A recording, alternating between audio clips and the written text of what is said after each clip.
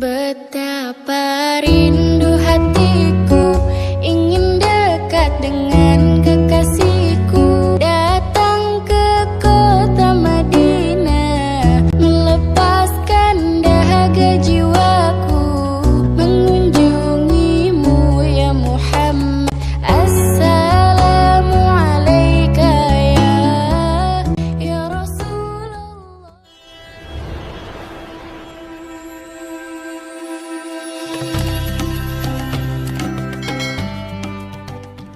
Assalamualaikum warahmatullahi wabarakatuh. Pada pagi yang cerah ini saya ingin berbagi cerita sedikit. Di video saya yang kedua ini saya ingin menceritakan perjalanan saya ketika pertama kali saya go to Baitullah. Pertama kali mendarat itu langsung kita sudah ditunggu dengan bis-bis yang sudah disediakan dari travel kami. Dan kami disambut dengan yang namanya catering, itu namanya, inget betul itu Al-Baik. Ya Allah, yang namanya pertama kali nginjakkan kaki di Madinah dan disambut dengan catering yang namanya Al-Baik itu sungguh luar biasa. Itu semuanya serba jumbo, jadi saya pun juga nggak nyangka ya. Jadi di situ itu ada makanan yang semuanya serba, menurut saya itu serba luar biasa. Tetapi semua itu bisa terkalahkan. Sampai saya di bawah, nggak bisa, pasti seneng lagi. Sampai makanan itu dibawa ke hotel itu, aku nggak nyentuh makanan itu ya, sedikit pun saya nggak nyobain. Teman kanan kiri bilang itu adalah makanan enak, dari dagingnya itu super besar. Terus ada di situ ada roti yang katanya itu roti ciri khas di Saudi situ. Namanya roti seven ya, itu katanya ciri khas setiap orang umroh itu adalah kangen dengan itu. Tapi sekali lagi teman-teman, saking mungkin akunya itu merasa ini rasa mukjizat buat saya atau rasa nggak percaya, itu sampai saya di lobi hotel di Madinah itu saya menyentuh pun nggak, hanya membuka aja, saya lihat teman saya di kanan kiri makan, saya itu sampai di hotel itu menyentuh pun nggak, itu makanan nggak saya sentuh. Pada satu box besar itu isinya 3 roti, 2 daging sama kentang. Saya sedikit pun nggak menyentuh gitu karena sudah bahagianya nyampe hotel di Madinah. Nah, setelah nyampe hotel di Madinah, kami seluruh jamaah sudah diplot hotelnya masing-masing. Sebelumnya kita di lobi dulu itu sudah dijamu dengan makanan yang luar biasa. Itu pun saya masih kenyang terus, kayaknya nggak makan gitu ya, saking senengnya. Jadi apa yang dikasih di turun dari pesawat itu nggak tersentuh, dan yang dikasih di lobi hotel pun itu saya nggak makan sama sekali, hanya minum aja karena saking bahagianya suasana melihat kota Madinah pertama kali. Bagi saya yang tadinya cuma mimpi itu menjadi kenyataan.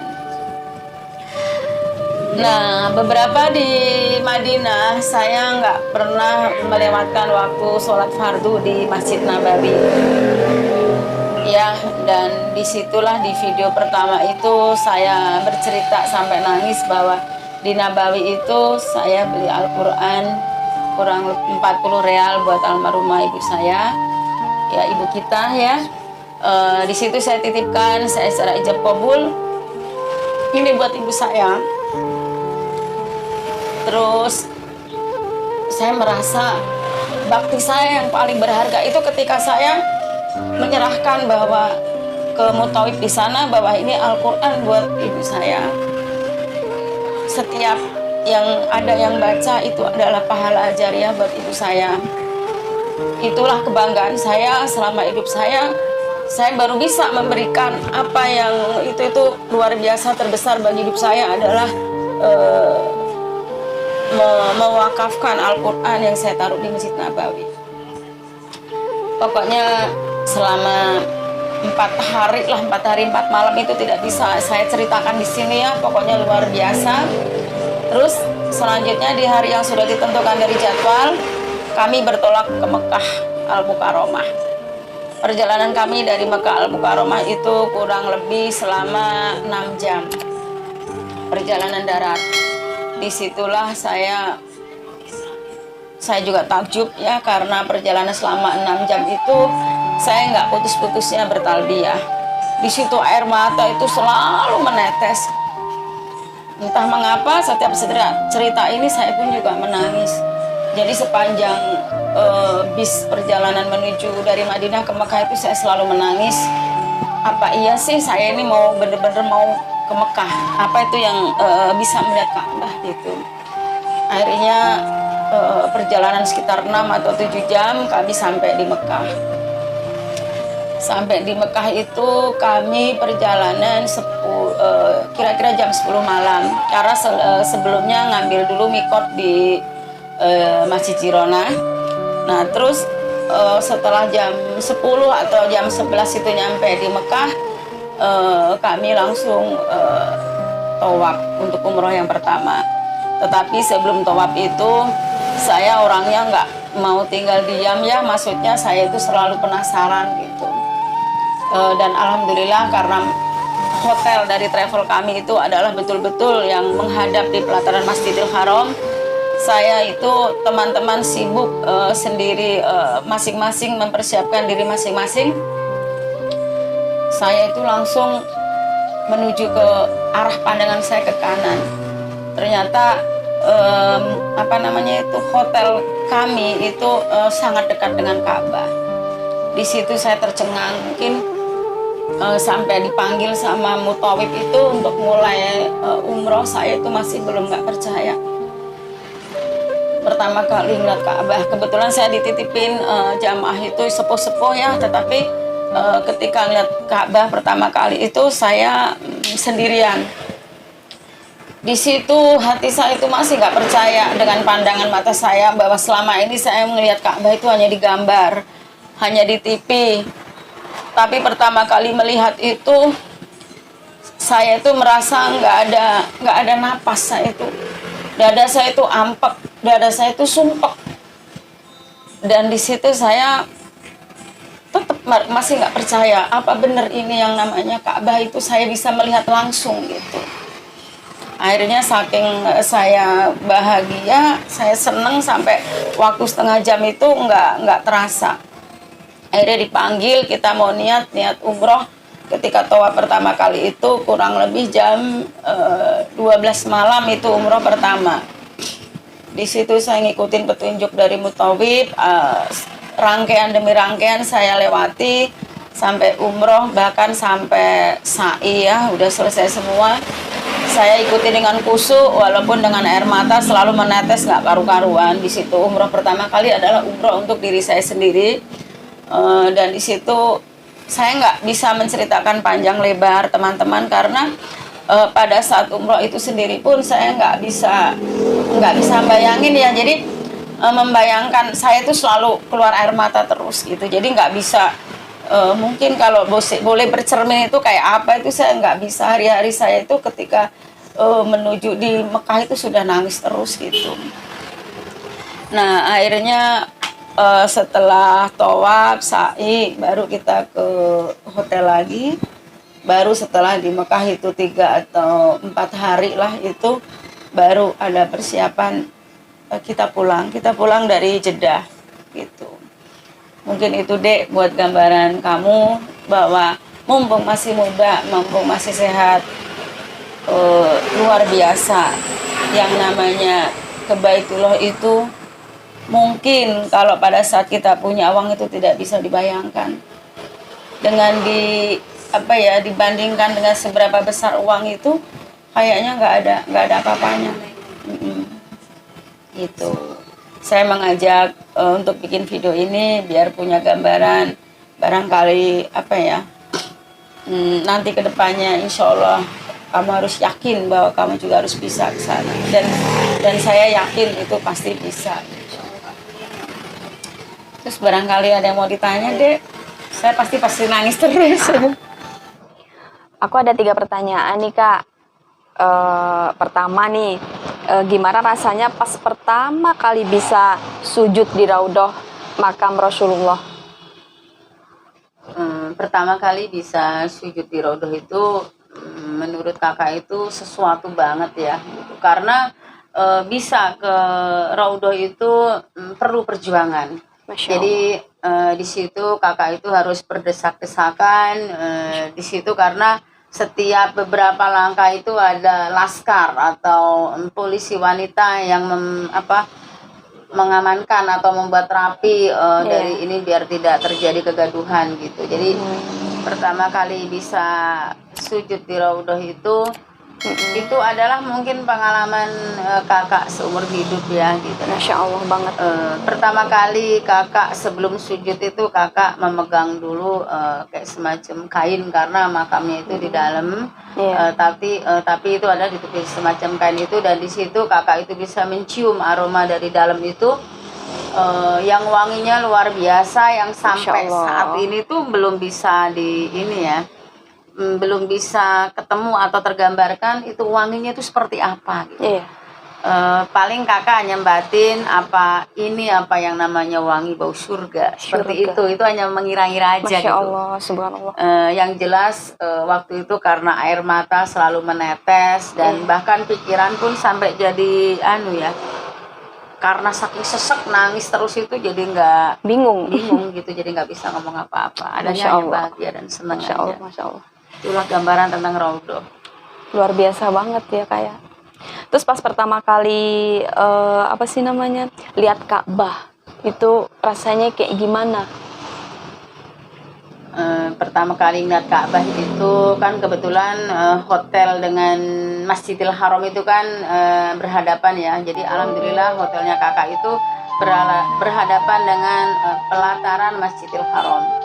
Jadi ketika teman-teman semua rombongan itu mempersiapkan untuk persiapan umroh pertama itu kakak itu sudah nggak sabar gitu kan. Kakak itu pengen tahu gitu loh. Ketika jalan beberapa langkah belok kanan itu ternyata Ka'bah itu sudah kelihatan.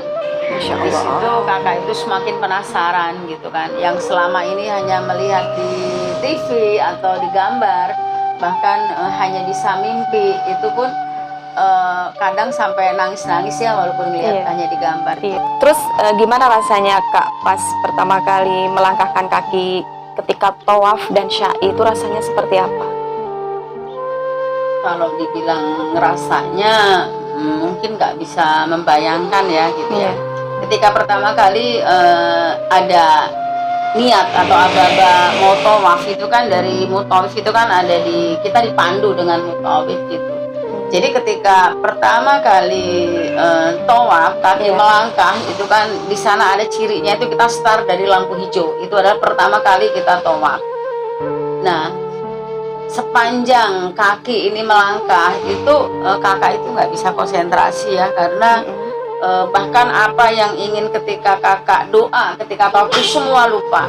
Jadi hanya nangis gitu loh. Jadi antara percaya dan tidak bahwa itu betul-betul saya bisa melangkah tawaf dan sampai selesai sa'i itu rasanya ya nggak bisa dibayangkan, karena sampai saat ini pun suka masih nangis gitu loh. Kok ternyata kaki saya sudah pernah kan melangkah kaki untuk tawaf dan sa'i. Itu rasanya luar biasa. Ya, itu ketika umroh pertama untuk diri sendiri. Dan dikasih kesempatan umroh kedua untuk sunnah, baru ketiga badal umroh.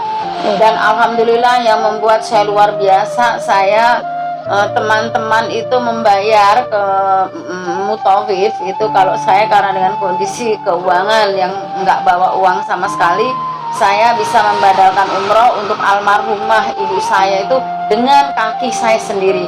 Itulah perjalanan yang luar biasa yang membuat sampai saat ini mungkin saya sebagai anak belum bisa berbakti atau bangga ke almarhumah ibu saya, tetapi ketika ingat perjuangan saya bisa membadalkan umroh untuk almarhumah ibu saya, menurut saya itu adalah sudah bakti saya yang paling luar biasa. Masya Allah, itu udah luar biasa banget Kak. Makanya kamu harus bisa ke sana. Amin. Harus berjuang bisa ke sana. Amin. Karena Baitullah itu perlu perjuangan. Dan jangan khawatir, masalah biaya itu Allah yang punya. Betul. Gitu. Yang penting kamu dek mau dulu gitu loh. Betul sekali, sangat menginspirasi dan membuat apa ya, hati kita semua itu kayak tergugah gitu. Pengen banget ke sana. Oh ya, ada lagi pertanyaan terakhir nih Kak. Kan waktu Kakak berangkat itu kan persiapannya itu sangat minim, dengan apa ya, ya ibaratnya selamatan pun sangat minim. Dan Kakak kan berangkat cuma bawa uang 300.000. Kok pulang bisa bawa uang, bisa bawa oleh-oleh buat kita semua, Masya Allah. Itu kita senang sekali. Itu gimana ceritanya? Kalau diceritain merinding, malu, bahagia, dan campur aduk ya gitu. Iya Ya. bener. Kamu kan sebagai adik tahu betul bagaimana kakak perjuangan mau ke Baitullah dengan 300.000. Betul sih. Jadi dengan uang 300.000 itu pun 200.000 sudah buat beli Al-Quran buat almarhumah ibu kita. Alhamdulillah. Nah dengan 100.000 itu sesuatu yang nggak mungkin. Dengan nilai 100.000 itu saya bisa membawakan oleh-oleh buat adik-adik. Iya. Maka dari itu, Iya, pengen memang tahu. pasti banyak pertanyaan. Iya. Jadi ketika di sana itu dalam perjalanan itu saya juga entah ngapa ya. Yang jelas saya ini orangnya mungkin sudah jiwa atau sudah watak ya. Jadi setiap ada orang merasa minta dibantu atau sulit itu saya selalu menolong. Dalam arti gini, ketika tawaf itu saya memapah jamaah yang sudah sangat tua.